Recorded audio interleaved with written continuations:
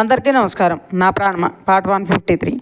రోహన్ మౌని వాళ్ళ మధ్య ఉన్న ప్రేమ బంధానికి తోడుగా భార్యాభర్తల బంధానికి కూడా పునాది వేసి ఇద్దరి మధ్య గాలి కూడా ఆడనంత గాఢంగా ఒకరికొగిల్లో ఒకరు అలానే నిద్రపోతారు. మార్నింగ్ 5 గంటలకి రోహన్ ఫోన్ మోగుతుంటే మౌనికి మెలకు వస్తుంది. వాళ్ళిద్దరి మధ్య గాలి కూడా దూరినంత దగ్గరగా మౌనిని పట్టుకుని ఉంటాడు రోహన్. మౌని కదలాలని చూస్తున్నా రోహన్ కొంచెం కూడా ఛాన్స్ ఇవ్వకుండా ఏమైంది బుజ్జులు అంటాడు నిద్రమత్తులో. ఫోన్ మోగుతుంది కన్నా, ఉండనివ్వరా, నాకు ఫుల్గా నిద్ర వస్తుంది, నువ్వు కూడా పడుకో అంటూ కళ్ళు మూసుకుని నుదుటి మీద ముద్దు పెట్టుకుంటాడు.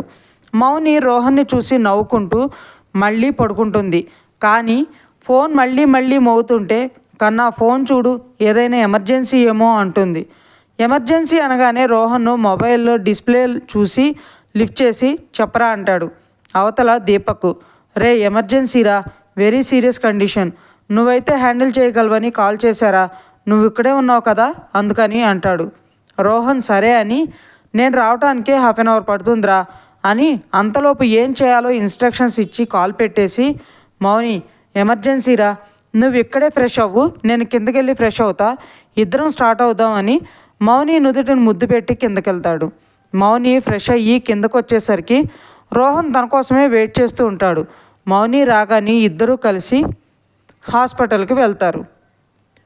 దీపక్ వీళ్ళకి ఎదురెళ్ళి రోహన్కి పేషెంట్ కండిషన్ చెప్తుంటే, రేయ్ మౌనిని నీ క్యాబిన్లో తీసుకెళ్ళు, నేను ఆపరేషన్ థియేటర్లోకి వెళ్తాను అని చెప్పి లోపలికి వెళ్తాడు. అక్కడ బయట ఈశాన్ వాళ్ళ అమ్మగారిని చూసి, ఆంటీ ఎవరికేమైంది అని అడుగుతాడు. ఆవిడ రోహన్ని చూసి, రోహన్ నువ్వా బాబు, ఆయనకి యాక్సిడెంట్ అయ్యింది, డాక్టర్స్ సీరియస్ అంటున్నారు, చెప్పలేమంటున్నారు, నాకు కంగారుగా ఉంది అని ఏడుస్తూ చెప్తారు. నాకు కాల్ చేసింది అంకుల్ కోసమే అనుకుంటున్నా ఆంటీ, మీరు భయపడకండి, నేను చూస్తాను అని ఆపరేషన్ థియేటర్లోకి వెళ్తాడు రోహన్.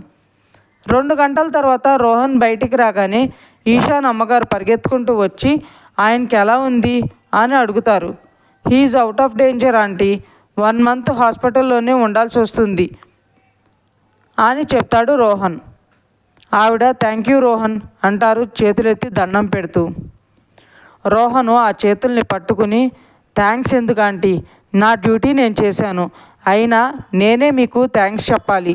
ఈశాన్ గురించి నేను చెప్పగానే మీరు కన్న కొడుకు అని కూడా చూడకుండా నా మాటలు నమ్మి మాకు ప్రాబ్లం అవ్వకుండా తనని యుఎస్లోనే ఉంచేసి అంకుల్ ఎక్కడుంటూ బిజినెస్ హ్యాండిల్ చేస్తున్నారు. మా కోసం అంతగా ఆలోచించిన మీకు నేనేం చేసినా తక్కువే. నేను డాక్టర్గా చేసిన నా డ్యూటీకే మీరు నాకు థ్యాంక్స్ చెప్పడం ఏం బాలేదాంటీ అంటాడు. అది నీ గొప్పతనం బాబు, నా కొడుకు ఎన్ని తప్పులు చేసినా తనని ఏమీ అనకుండా నీ చేతిలో పవర్ ఉండి కూడా వాడి గురించి మాకు అర్థమయ్యేలా చెప్పావు. వాడికి పెళ్ళి కూడా ఫిక్స్ చేసాం రోహన్, అమ్మాయి కూడా అక్కడ సెటిల్ అయిన వాళ్ళే, ఇక్కడ బిజినెస్ అంతా వైండప్ చేసి ఇంకా యుఎస్లోనే ఉండిపోవాలని వచ్చాము. ఇవాళ రిటర్న్ అవ్వాల్సింది, ఇంతలో ఇదిగో ఇలా అయ్యిందంటూ బాధపడతారు. ఇప్పుడు ఏం ప్రాబ్లం లేదంటీ, ఏమైనా అవసరం అయితే నాకు కాల్ చేయండి అని తన కార్డు తీసి ఇస్తాడు. నా వైఫ్ నా కోసం వెయిట్ చేస్తుంది, నేను వెళ్తాను ఆంటీ అని చెప్పేసి అక్కడి నుండి దీపక్ క్యాబిన్కి వెళ్తాడు. మౌని సోఫాలో తల వెనక్కి వాల్చి అలానే కూర్చుని నిద్రపోతూ ఉంటుంది. రోహన్ మౌని దగ్గరకు వచ్చి తల నిమురుతూ, సారీరా, నైట్ నిన్ను సరిగ్గా నిద్రపోనివ్వలేదు, మార్నింగ్ కూడా ఇలా తీసుకుని వచ్చేసాను, బాగా టైట్గా కనిపిస్తున్నావు అని నుదుటి మీద ముద్దు పెట్టుకుని తను కూడా పక్కన కూర్చుని మౌనిని ఒళ్ళో పడుకోబెట్టుకుని మౌనినే చూస్తూ కూర్చుంటాడు. అలానే తను కూడా నిద్రపోతాడు. అరగంట తర్వాత మౌనికి మెలకు వచ్చి తను ఎక్కడుందో చూసుకుని రోహన్ ఒళ్ళో నుండి లేస్తుంది. మౌని లేవడంతో రోహన్కి కూడా మెలకు వచ్చి నవ్వుతూ మౌనిని చూసి, సరిపోయిందా నిద్ర అని అడుగుతాడు. సారీ రోహన్, ఫోన్ చూస్తున్నానా, అలానే నిద్రపోయాను అంటుంది మౌని. రోహను మౌని మొహాన్ని చేతిలో తీసుకుని, దానికెందుకురా సారీ చెప్తున్నావు, నిన్న ఫ్లైట్ జర్నీ, తర్వాత షాపింగు, మళ్ళీ రిషి వాళ్ళ ఇంటికి, ఇంకా నైట్ నుండి ఇప్పటి వరకు నేను నిద్రపోనివ్వలేదు, నేను కదా నీ సారీ చెప్పాలి అంటాడు. మీరు సారీ చెప్పడం ఏంటి రోహన్, మీరు ఒక డాక్టరు, మీ ప్రొఫెషన్లో ఎమర్జెన్సీ అంటే ఏ టైం అయినా వెళ్ళాల్సిందే, కాకపోతే నన్ను ఒంటరిగా వదిలేయడం కానీ ఇంటికి వెళ్ళమనడం కానీ మీకు ఇష్టం లేక నన్ను కూడా మీతో తీసుకొచ్చారు, ఇందుకు నేను ఎంత హ్యాపీగా ఫీల్ అవుతున్నానో తెలుసా అంటుంది. రోహన్ మౌనిని హక్ చేసుకుని, ఇలా ఎలా అర్థం చేసుకుంటున్నావురా నువ్వు? నాకే ఆశ్చర్యంగా ఉంది. నన్ను నా మనసుని ఇంతలా చదివేశావంటే అంటుండగానే ఇంతలో దీపక్ డోర్ నాక్ చేసి లోపలికి వస్తుంటే ఇద్దరూ దూరం జరిగి, దీపక్ మేము ఇంకా వెళ్తాం రా, మౌని చాలా టైర్డ్గా ఉంది, ఇంకోసారి కలుద్దాం అంటాడు రోహన్. సరేలే బావా, కారు ఉందా, డ్రాప్ చేయనా అని అడుగుతాడు దీపక్. వద్దురా, బంగారం వాళ్ళ కారులో వచ్చాను, బాయ్రా అని మౌని వైపు తిరిగి తన చేయి పట్టుకుని వెళ్దామా అనేసరికి మౌని బాయ్ అన్నయ్య అని దీపక్ చెప్పి రోహన్తో పాటు బయటకు వెళ్తుంది. దీపక్ వెళ్తున్న వాళ్ళిద్దరిని చూసి చాలా హ్యాపీగా ఫీల్ అవుతాడు. రోహను మౌను కలిసి అశ్విన్ వాళ్ళ ఇంటికి వెళ్తారు. ధృతి రోహన్ని చూసి, బావా మార్నింగే వస్తామన్నారుగా, మరేంటి ఇంత లేటు అని అడుగుతుంది. దీపక్ ఏదో ఎమర్జెన్సీ కేసు అంటే వెళ్ళాను బంగారం, అక్కడికి వెళ్ళి చూశాక తెలిసింది ఆ యాక్సిడెంట్ కేసు ఈశాన్ ఫాదర్ అని అంటాడు రోహన్. అయ్యో, ఇప్పుడు ఎలా ఉంది అంకుల్కి? ఎలా ఉంది బావా? నేను వెళ్ళి చూసొస్తాను, ఏ హాస్పిటల్ అని అడుగుతుంది ధృతి. నౌ హీ ఈజ్ ఫైన్ బంగారం అని ఈశాన్ గురించి తెలిసి మళ్ళీ వెళ్తానంటావేంటి అంటాడు. అది కాదు బావా, అంకుల్ చాలా మంచివారు, చూసావుగా, నువ్వు వెళ్ళి ఈశాన్ మనకు ప్రాబ్లం క్రియేట్ చేస్తున్నాడు అని నువ్వు చెప్పగానే తను మళ్ళీ ఇండియా రాకుండా లాక్ చేశారు. ఇప్పుడు ఈశాన్ కూడా ఇక్కడికి రాలేడు కదా అంటుంది ధృతి. అందుకే దానికి కావాల్సిన ఏర్పాట్లన్నీ నేను చేసే వచ్చాను, నువ్వు కంగారు పడకు అంటాడు. కానీ నేను వెళ్ళి ఒకసారి అంకుల్ని చూసొస్తాను బావా ప్లీజ్ అంటుంది ధృతి. సరే రేపు మార్నింగ్ వెళ్దాం అని రోహన్ అంటుంటే, రేపు కులదైవ పూజ అనుకున్నాం కదా రోహన్ అంటుంది మౌని. అవును కదా, సరే మనం వెళ్ళి చేయించుకుందాం అని, సరే నేను వెళ్ళి ఫ్రెష్ అయ్యి వస్తాను అంటాడు. నువ్వు రెస్ట్ తీసుకో బావా, ఇప్పటికే చాలా లేట్ అయింది, మీ ఫస్ట్ నైట్ అయిన నెక్స్ట్ రోజే జరగాల్సిన పూజ అని నవ్వి, నేను అశ్విన్ గారు వెళ్తాంలే బావా అంటుంది ధృతి.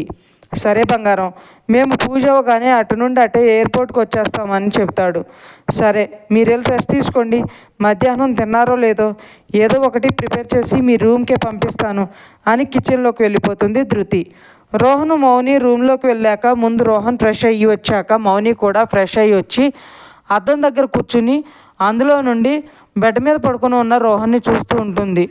ఏంటి మేడం అలా చూస్తున్నారు, చూసేదేదో డైరెక్ట్గా పక్కన వచ్చి కూర్చుని చూడవచ్చుగా అని, ఏమైనా మాట్లాడాలా అంటాడు మౌని సైడ్ తిరిగి కళ్ళెగరేస్తూ. మౌని లేచి వెళ్ళి బెడ్ మీద కూర్చోగానే రోహన్ తనని దగ్గరకు లాక్కొని, ఏం ఆలోచిస్తున్నావురా అని ప్రేమగా అడుగుతాడు. మౌని ఏం మాట్లాడకపోయేసరికి రోహన్ మౌనిని తన వైపు తిప్పుకుని, నా గురించి ఆలోచించి నీ కెరీర్ని నువ్వు వదిలేక బుజ్జులు, నీ డిజైన్స్ ఎంత ఫేమస్ అన్నది నాకు తెలియదు అనుకున్నావా? మోడల్స్ అందరూ నిన్నే అప్రోచ్ అవుతారని కూడా తెలుసు. నిన్ను ప్రేమించడం మొదలుపెట్టినప్పుడే నీ గురించి మొత్తం తెలుసుకున్నారా? అలాగే నువ్వు రన్ చేసే ఆర్గనైజేషన్ కూడా నువ్వే దగ్గరుండి చూసుకో, నీతో పాటు నేను కూడా నీ వెంటే ఉంటాను, సరేనా అంటాడు. అది కాదు కన్నా, నాకు ఇంట్లోనే ఉండి మిమ్మల్ని చూసుకోవాలని ఉంది, అందుకే అంటుంటే, అలా అని డైలీ నాతో పాటు హాస్పిటల్కి వస్తావా ఏంటి అంటాడు రోహన్ నవ్వుతూ. ఏం వస్తే తప్ప, ఇవాళ మార్నింగ్ నుండి నువ్వేమీ తినలేదు, ఇప్పుడు టైం చూసావా 3:30 అయ్యింది, ఇలా టైంకి తినకుండా ఉంటే నీ హెల్త్ ఏమవ్వాలి, అందుకే అని అంటుంటే, ఇంతకుముందు ఎలా ఉన్నా ఇప్పుడు మాత్రం నీ కోసం చాలా జాగ్రత్తగా ఉంటాను, నువ్వు ఇలా నా గురించి నీ ప్రొఫెషన్ వదిలేస్తే మాత్రం హ్యాపీగా ఉండలేను, ఆ తర్వాత నీ ఇష్టం బుజ్జులు అంటాడు.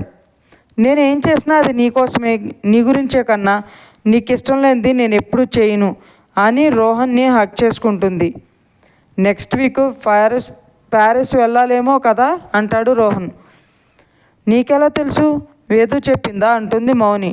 రోహన్ నవ్వుతూ, నా భార్య గురించి తన వర్క్ గురించి ఒకటి చెప్తేనే తెలుస్తుందా, నేను తెలుసుకోలేనా అని, రేపు మార్నింగ్ పూజ అవ్వగానే దొరికిన ఫ్లైట్కి మనం వెళ్దాం, ప్యారిస్కి వెళ్ళడానికి కావాల్సిన అరేంజ్మెంట్స్ అన్నీ చూసుకో అంటాడు. నువ్వు ఎలా అంటే అలానే కన్నా అంటుంది మౌని. రోహన్ మౌనిని ముద్దు పెట్టుకుంటూ, నువ్వు తిరిగి వచ్చేసరికి వేదు విక్రమ్ల పెళ్లి గురించి తాతయ్యతో మాట్లాడి అన్నీ రెడీ చేసేస్తాను అంటాడు. మౌని లవ్ యూ కన్నా అంటుంది హక్ చేసుకుంటూ. రోహను లవ్ యూ టు బుజ్జులు అని ఇద్దరూ అలానే ఒకరి కౌగుల్లో ఒకరు నిద్రపోతారు. వీళ్ళని తినడానికి అని పిలవడానికి వచ్చిన ధృతి వాళ్ళిద్దరిని అలా చూసి డిస్టర్బ్ చేయకుండా నవ్వుకుంటూ కిందకెళ్ళిపోతుంది. నెక్స్ట్ డే రోహన్ మౌని కలిసి పూజ చేయించడానికి వెళ్ళి అక్కడ అయ్యాక ఎయిర్పోర్ట్ స్టార్ట్ అయ్యి అశ్విన్ వాళ్ళు కాల్ చేస్తే వీళ్ళు కూడా ఎయిర్పోర్ట్ స్టార్ట్ అవుతారు. అక్కడ నుండి అందరూ కలిసి ఢిల్లీకి వెళ్ళిపోతారు. మౌని ప్యారిస్కి వెళ్ళడానికి కావాల్సిన డిజైన్స్ వేస్తూ రోహన్కి కావాల్సినవి కూడా చూసుకుంటూ ఉంటుంది. 1 వీక్ తర్వాత మౌని వేదిక ప్యారిస్ వెళ్ళిపోతారు. మౌని, రోహన్, విక్రమ్, వేదు ఎంత బిజీగా ఉన్నా ఒకరితో ఒకరు మాట్లాడుకోకుండా మాత్రం నిద్రపోవడం లేదు. ఇంకా ఉంది ఫ్రెండ్స్. మీకు ఈ స్టోరీ నచ్చినట్లయితే లైక్ చేయండి, సబ్స్క్రైబ్ చేయండి. ఇంతలా ఆదరిస్తున్నందుకు థ్యాంక్ యూ సో మచ్.